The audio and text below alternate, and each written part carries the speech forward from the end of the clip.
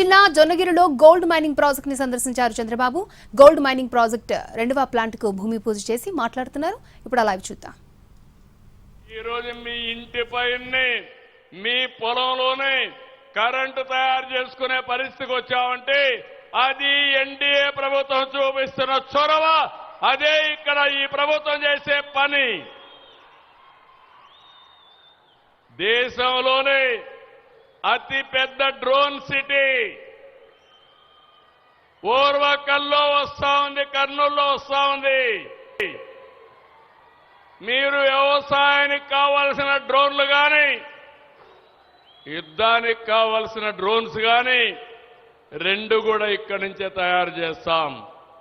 అదే మరిగా ఇక్కడ ఈ నియోజకవర్గంలోనే మనం క్లియర్ చేశాం.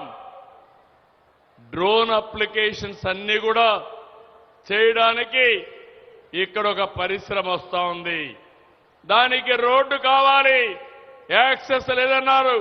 10 కోట్లు కావాలంటే ఈ రోజు హామీ ఇస్తున్నా ఆ 10 కోట్లేసి ఆ పరిశ్రమ ఈ నియోజకవర్గానికి తెచ్చే బాధ్యత మేము తీసుకుంటాం. ఓర్వకల్లు పారిశ్రామిక కేంద్రంగా తయారు చేస్తున్నాం. అక్కడ విమానాశ్రయం కూడా పెట్టాం. కర్నూలుకి మీకు అందరికీ హామీ ఇస్తున్నాం.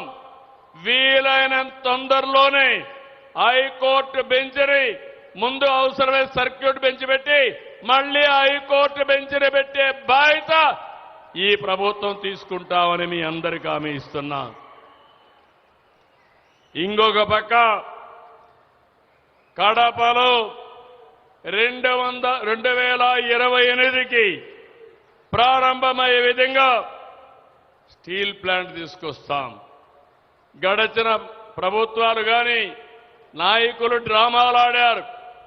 బ్రహ్మణి స్టీల్ అన్నారు, భ్రమ కల్పించారు, పెద్ద అవినీతి చేశారు, తర్వాత ఫౌండేషన్ వేశారు. అది ఎక్కడుందో తెలియదు.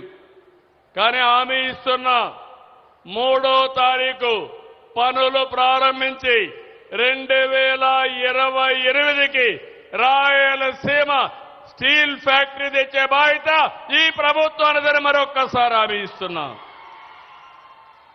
కొప్పర్తి ఇండస్ట్రియల్ నోడ్ అభివృద్ధి చేశాం.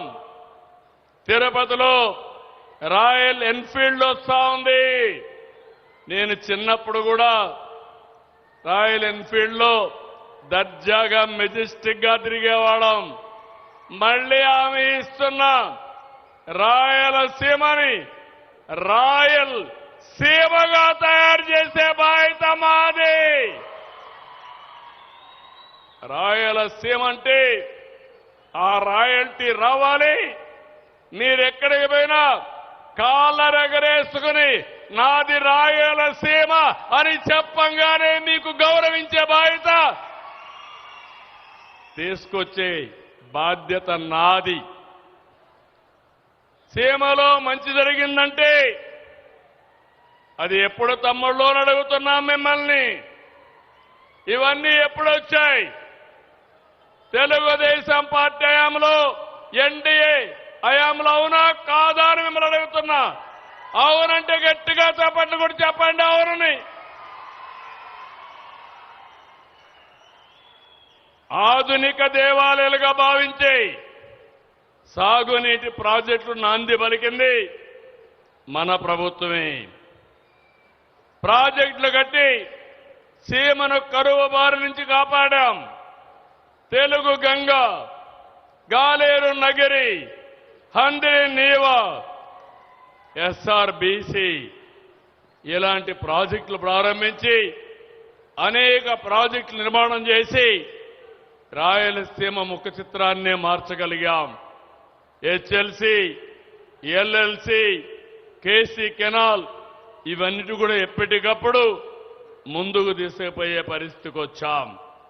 ఈ రోజు మళ్లీ ఇక్కడ హామీ ఇస్తున్నాను. రాయలసీమ హార్టికల్చర్ రావాలని కోరుకున్నది. పండ్ల తోటలకి ప్రాధాన్యత ఇచ్చింది.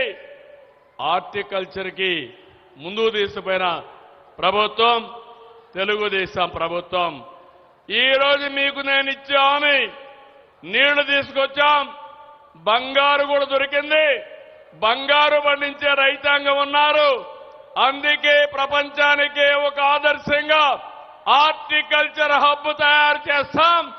ఇక్కడ ఉత్పత్తి చేసే పంటలు, కూరగాయలు ప్రపంచం మొత్తం ఎగుమతి చేస్తాం. దీనికోసం 1,00,000 కోట్ల రూపాయలతో తొందరలోనే ఫౌండేషన్ వేయబోతున్నాం. 40,000 కోట్లు ప్రభుత్వం, 60,000 కోట్లు ప్రైవేట్ ఇన్వెస్ట్మెంట్ తీసుకో